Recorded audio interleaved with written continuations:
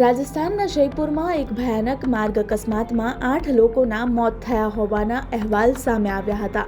જયપુરના ડુડુમાં tyre ફાટવાના કારણે એક road બસે કાબુ ગુમાવ્યો અને એક કારને ટક્કર મારી દીધી હતી, જેને લઈને 14 લોકો ગંભીર રીતે ઘાયલ થયા હતા, જેમાં 8 લોકોના મોત નીપજ્યા હોવાનું જાણવા મળ્યું હતું। આ ઘટના જયપુર અજમેર હાઈવે પર બની હતી। ત્યારે કહેવામાં આવી રહ્યું છે કે કારમાં સવાર બધા જ લોકો મહાકુંભમાં જઈ રહ્યા હતા।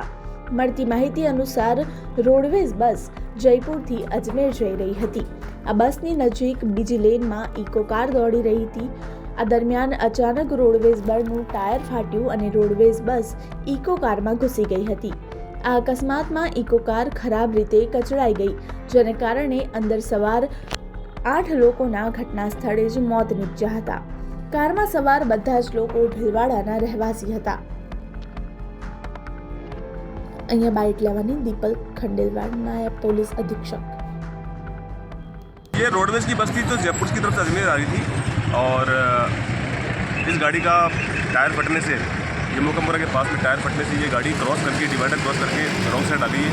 तो सामने से जो इको गाड़ी आ रही थी अजमेर की तरफ से, उसमें 8 लोग सवार थे। फिर ड्राइवर इस गाड़ी के हेड टू हेड कोलिजन हुआ आपस में और 8 जो लोग थे वो एकदम क्रश हो गए उस गाड़ी के बीच में, तो उनकी डेथ हो गई और मौके पे बॉडी को वहाँ मोर्चरी में शिफ्ट किया गया।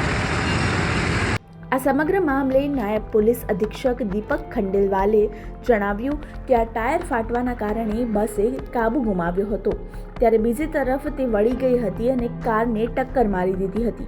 ત્યારે વધુમાં ખંડેલવાલે જણાવ્યું કે કારમાં મુસાફરી કરી રહેલા 8 લોકોના ઘટના સ્થળે જ મોત નીપજ્યા હતા। પોલીસના જણાવ્યા અનુસાર આ દુર્ઘટના ગુરુવારે સાંજે 4:45 જયપુર અજમેર હાઈવે પર મોખમપુરામાં બની હતી।